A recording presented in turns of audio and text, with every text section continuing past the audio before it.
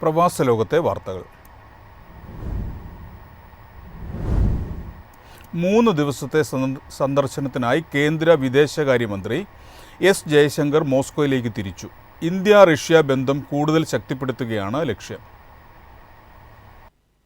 Tariff വിഷയത്തിൽ ഇന്ത്യ-അമേരിക്ക ബന്ധം ഏറെ വഷളായിക്കൊണ്ടിരിക്കുന്ന സാഹചര്യത്തിലാണ് ജയശങ്കറിന്റെ റഷ്യൻ സന്ദർശനമെന്നത് ഏറെ ശ്രദ്ധേയമാണ്. ഈ മാസം ആദ്യം American president Donald Trump Indian ചരക്കുകൾക്കുള്ള തീരുവ ഇരട്ടിയാക്കി 50%-ലെത്തിച്ചിരുന്നു. റഷ്യയിൽ നിന്ന് അസംസ്കൃത എണ്ണ വാങ്ങുന്നു എന്ന കാരണത്താലാണ് അധികമായി 25% നികുതി ഇന്ത്യക്കുമേൽ അടിച്ചേൽപ്പിച്ചത്. ബുധനാഴ്ച നടക്കുന്ന വ്യാപാര, സാമ്പത്തിക, ശാസ്ത്ര, സാങ്കേതിക, സാംസ്കാരിക സഹകരണത്തിനുള്ള ഇന്ത്യ-റഷ്യ ഇന്റർ ഗവൺമെന്റൽ കമ്മീഷന്റെ 26ാമത് സെഷനിൽ ജയശങ്കർ സഹ അധ്യക്ഷനാകുമെന്ന് വിദേശകാര്യ മന്ത്രാലയം അറിയിച്ചു. യുക്രൈനിൽ സമാധാനം പുനഃസ്ഥാപിക്കാനായി അമേരിക്കൻ പ്രസിഡന്റ് ഡൊണാൾഡ് ട്രംപ് കൈക്കൊള്ളുന്ന നടപടികൾ ജയശങ്കറും റഷ്യൻ വിദേശകാര്യമന്ത്രി സെർജി ലാവ്റോവും ചർച്ച ചെയ്യുമെന്നും സൂചനയുണ്ട്. ഉഭയകക്ഷി അജണ്ടകളും പ്രാദേശിക ആഗോള വിഷയങ്ങൾ ഇരു രാജ്യങ്ങളുടെയും കാഴ്ചപ്പാടും ചർച്ചയാകും. റഷ്യ-യുക്രൈൻ സംഘർഷം പരിഹരിക്കാനായി അമേരിക്ക മധ്യസ്ഥ ശ്രമങ്ങൾ നടത്തുന്നതിനിടെയാണ് ജയശങ്കറിന്റെ സന്ദർശനമെന്നതും ശ്രദ്ധേയമാണ്. ട്രംപും വ്ളാഡിമിർ പുടിനും കഴിഞ്ഞയാഴ്ച അലാസ്കയിൽ കൂടിക്കാഴ്ച നടത്തിയിരുന്നു. തുടർന്ന് കഴിഞ്ഞ ദിവസം യുക്രൈൻ പ്രസിഡന്റ് വ്ളാഡിമിർ സെലൻസ്കിയും നിരവധി യൂറോപ്യൻ യൂണിയൻ നേതാക്കളും വാഷിംഗ്ടണിൽ വെച്ച് കൂടിക്കാഴ്ച നടത്തി. യുക്രൈൻ യുദ്ധത്തിൽ ഇന്ത്യ നിഷ്പക്ഷ നിലപാടാണ് കൈക്കൊള്ളുന്നത്. ചർച്ചയ്ക്കും നയതന്ത്രത്തിനും ആഹ്വാനം ചെയ്യുന്ന ഇന്ത്യ റഷ്യയുമായി അടുത്ത ബന്ധവും കാത്തുസൂക്ഷിക്കുന്നു. അതിനാൽ തന്നെ ജയശങ്കറിന്റെ റഷ്യ സന്ദർശനം വളരെ പ്രാധാന്യമർഹിക്കുന്നതാണ്. News desk MyFin TV. Ukraine സമാധാന കരാറിൽ തീരുമാനമായില്ല. പ്രഖ്യാപനങ്ങളൊന്നുമില്ലാതെ ട്രംപ് സെലൻസ്കി കൂടിക്കാഴ്ച അവസാനിച്ചു. അമേരിക്ക, റഷ്യ, യുക്രൈൻ ത്രികക്ഷി ചർച്ച നടന്നേക്കും. യുക്രൈൻ പ്രസിഡന്റ് വ്ളാഡിമിർ സെലൻസ്കിയും US പ്രസിഡന്റ് ഡൊണാൾഡ് ട്രംപുമായി വൈറ്റ് ഹൌസിൽ നടന്ന കൂടിക്കാഴ്ചയാണ് പ്രഖ്യാപനങ്ങളൊന്നുമില്ലാതെ അവസാനിച്ചത്. വെടിനിർത്തൽ പ്രതീക്ഷിക്കാവുന്ന പ്രഖ്യാപനങ്ങളും കൂടിക്കാഴ്ചയിൽ ഉണ്ടായില്ല.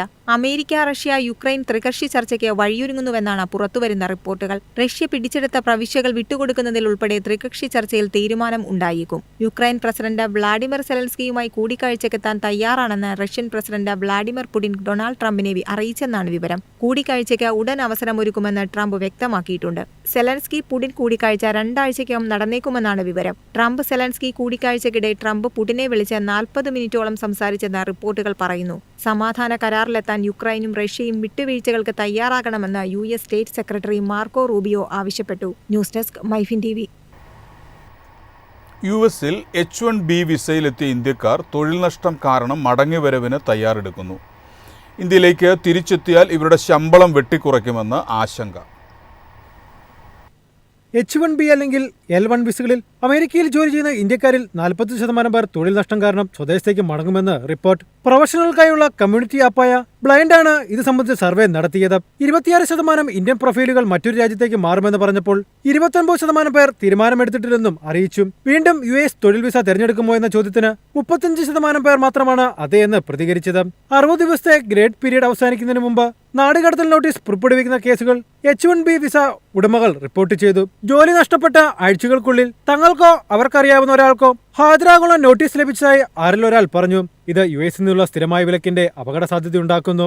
ഇന്ത്യയിലെ നിയമങ്ങൾ നിർത്തുക എന്ന അമേരിക്കൻ കമ്പനിയോടുള്ള ഡൊണാൾഡ് ട്രംപിന്റെ സമീപകാല ആഹ്വാനം രൂക്ഷമായ പ്രതികരണങ്ങൾക്ക് കാരണമായിട്ടുണ്ട്. ബ്ലൈൻഡിന്റെ സർവേയിൽ US ആസ്ഥാനമായുള്ള 63% പ്രൊഫഷണലുകളും ഈ നീക്കം തങ്ങളുടെ സ്ഥാപനങ്ങൾക്ക് ഗുണം ചെയ്യുമെന്ന് അഭിപ്രായപ്പെട്ടതായി കണ്ടെത്തി. പ്രതികരിച്ചവരിൽ 69% പേരും ഇത് തങ്ങളുടെ കമ്പനികളെ ദോഷകരമായി ബാധിക്കുമെന്ന് വ്യക്തമാക്കി. News desk MyFin TV. സൗദിയിൽ തൊഴിൽ താമസ നിയമം ലംഘിക്കുന്നവർക്കെതിരെ കർശന പരിശോധന. 12,861 പ്രവാസികളെ കഴിഞ്ഞ ഒരാഴ്ചക്കിടെ നാടുകടത്തി.